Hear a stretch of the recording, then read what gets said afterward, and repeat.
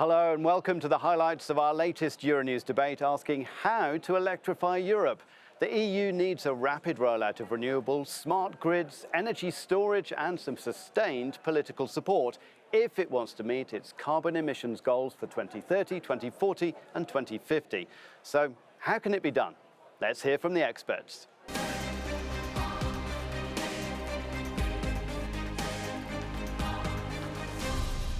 If I look at where we stand as the EU, I think our climate ambitions are real and also have a good sense of reality. And I think the question is not whether we should slow down. The question is how can we accelerate? And I think one of the major issues should be in the next term, how can we accelerate? How can we create funds, investments, start co-investing with industry to make sure that not when will we, whether we will meet the climate targets, but more when will we meet them? Pierre, let me come to you. What are your concerns about the European elections? What I think is very clear is that, shifting our energy models in order to respond to the crises that we're dealing with at the moment, geopolitics, climate, etc., is something that transcends party politics. Yeah, it's about jobs, it's about energy security, it's about autonomy, and of course, it's about a climate action.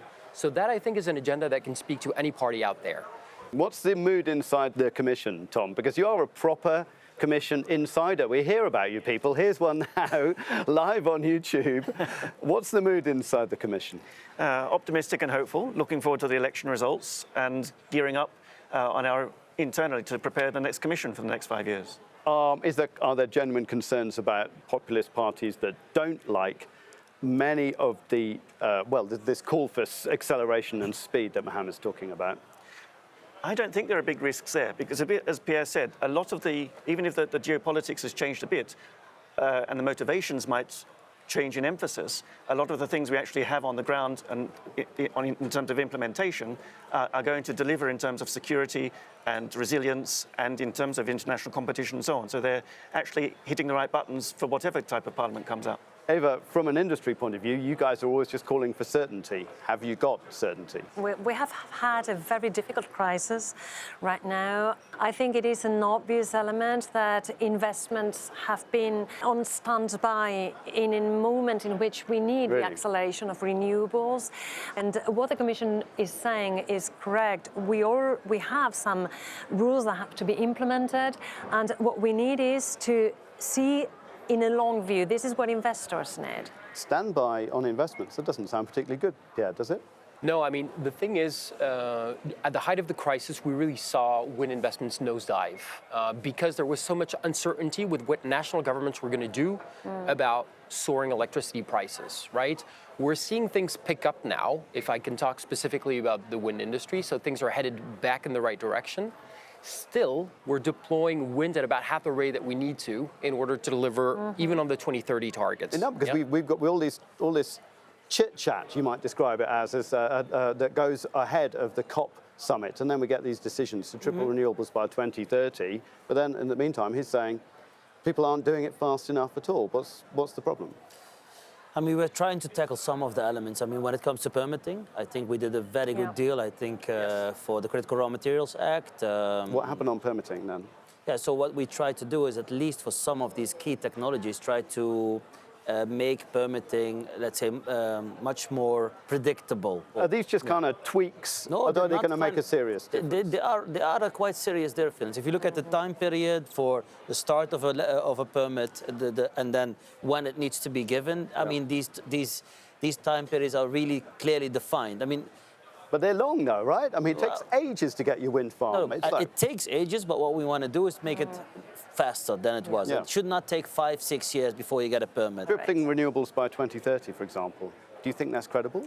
It is credible. We need to have... But Pierre's just saying we need to just go a lot faster. No. We have to go a lot faster. But investors are there. That what they need is an environment in which they are confident with their investments. So this is why we ask so very much and repeat, we need stable frameworks. The risk that we do run at the moment, though, with changes in political situations around Europe with the elections that are coming up, that some of those Green Deal laws, some of the rules that have been set down will get revised. I believe that whether that will happen or not, we have started a movement also with industry that some of the goals will be met whether there is a progressive or conservative majority in this house. Why? Because it's called technology, innovation, development. Once certain technologies get below a certain cost, then people will invest in them because they will make money, not because they care about climate or about energy transition. It's just an opportunity. Can you talk to me what you'd like to see in terms of grid development? So we're going to be consuming a lot of electricity. A lot of electricity is going to be produced offshore. So we have to build that offshore grid. That's the additional grids I was talking about. That's literally laying cables in the sea. Exactly, exactly. And then, connecting the offshore wind farms between one another, connecting different markets, you can do hybrids, et cetera. And then you need to make sure that your electricity system on land is reinforced to absorb the additional renewables, onshore wind, solar, offshore wind, but also that the markets are properly interconnected. That, for example, between Eba's country and mine, we have proper interconnection between Spain and France. For those who hadn't picked up on the exactly.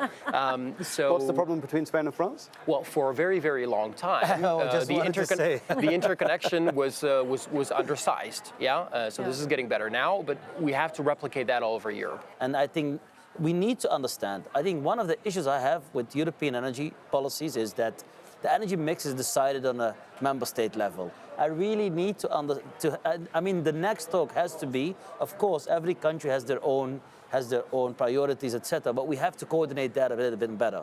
Because at the end of the day, whose job is that? It has to be the job of the Commission, but I think member states have to see the benefits of it. I want to have a world where wind from the Netherlands can be sold in Spain and solar from Spain to the Netherlands. And I'm going to say something as a socialist that maybe some of my colleagues don't like. Nuclear from France also can be transported to many other countries. That interconnectivity, the high level that we want to have, is not at where it should be. Do you hear that call for a kind of proactive commission? Absolutely, and we're already proactive. I mean, we've got a lot of the institutional regulatory structures there in place to make sure that member states do coordinate. You also have to contemplate, this is not only about the high-level agreements. Right now, at the distribution level is where you are building all the generation. And this generation, in order to get to that transmission lines to go to the Netherlands or to attend the industry that is locally placed in all the countries, they need to get the lines. And why is that not happening then? Why it is not happening? Because we have very old systems in many member states. They are conceived to attend a very old idea of thermal energy production arriving to certain points. But now, all industry has to decarbonize, all industry needs more electricity arriving. Generation are being placed around, there is distributed energy, so we need a meshed grid in order to attend that. I was going to make a bigger point, which was that, during the Great Depression, the US, FDR, invested in an interstate road system. They invested in the Hoover Dam, et cetera. This is what we need for Europe now for electricity grids. This is a massive investment plan in order to optimize the use of the existing grid and to expand the grid. Where's the money going to come from, and what's the motivation to do that? Who's going to make money out of it? Well, everyone is going to make money out of it because the energy system is going to be as cost effective, if not more, than what we have today. And then you have to make sure that the incentives for the system operators are the right ones. But what we need is what was the basis of the European Union. We need single market. And what we are seeing lately is a fragmentation that comes from taxes, so we really need to work on the single market, single electricity market, single supply market, the single market. And what we see right now, and I hope we are going to be opening up this discussion, is we don't have to go back to fragmentation, which is what the crisis has brought us. When I talk to people about this, and I'm sure Pierre gets this constantly, every time you go and talk to somebody who doesn't work at Wind Europe, what happens if there's no wind and there's no sun? So what we have is to work with an energy system that has huge shares of variable renewables, and therefore that requires a lot of flexibility in the system. So we were talking about demand response, better interconnection, and of course storage is going to play an increasing role. So there are many solutions here on all time frames. They need to be scaled up. They need the right investment signals in order to build, because the technology is there. And then, of course, hydrogen is also part of the solution, renewable hydrogen. The round trip is not, great in terms of energy yet, but we will get to a point where we've got an energy system running essentially on wind and solar and renewable hydrogen. And that works very well in order to be able to balance it, provided that you have the networks to go along with it. Solar, thermal, there are so many technologies. The battery, long-term battery, things are happening, I always, when I talk to scientists, to innovators, to industry, I always come back with so much inspiring stories. Things are happening. What we cannot imagine today will happen tomorrow. And I always tell people, 10 years ago, maybe 15 years ago, no one would have thought that we would have all these mobile devices. People would tell you that you're crazy, that you would have your phone and talk to everyone and have your agenda there. Things are happening. It's called innovation. And for sure. I really believe that it will be possible. Sure. At the end of the day, European consumers, individuals, companies, etc., they are, at the moment, they're concerned about their cost of living, they're concerned about their energy prices. Is an electrified Europe a place with cheaper energy? If the energy mix is good, then I really believe that's the case. It will at least increase security and predictability, and those two factors do play into the price. Yeah.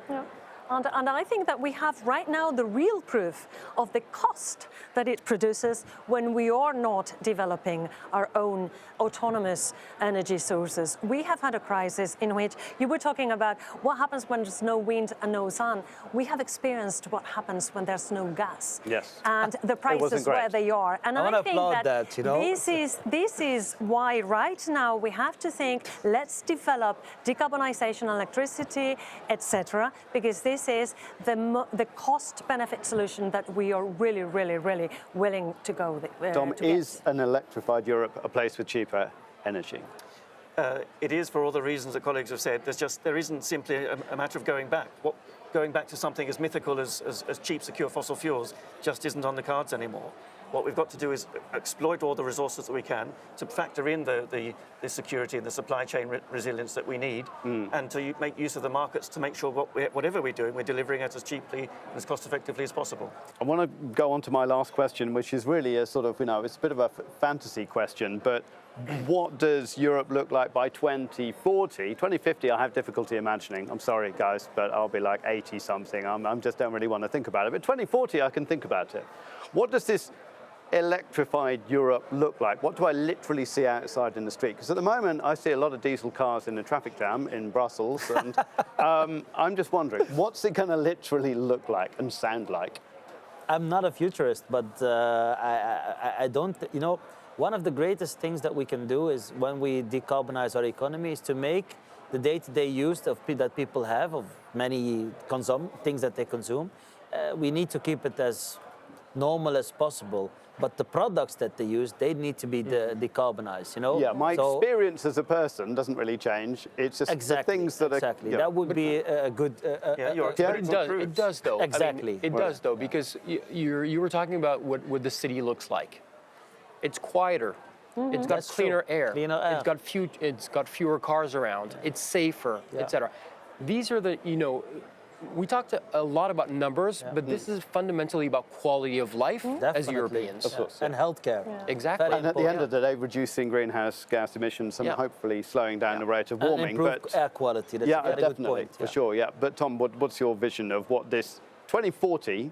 Both of us can imagine what that looks like. Just about, yeah. But I mean, we've already talked of the mobile phone analogy. You think of everything that we now do with our tablets that we wouldn't have dreamt of doing before. I think in everything that we consume, we'll see those kind of changes. Whether it's managing our household, there'll be a box like Siri or Alexa who controls and manages all of that for us.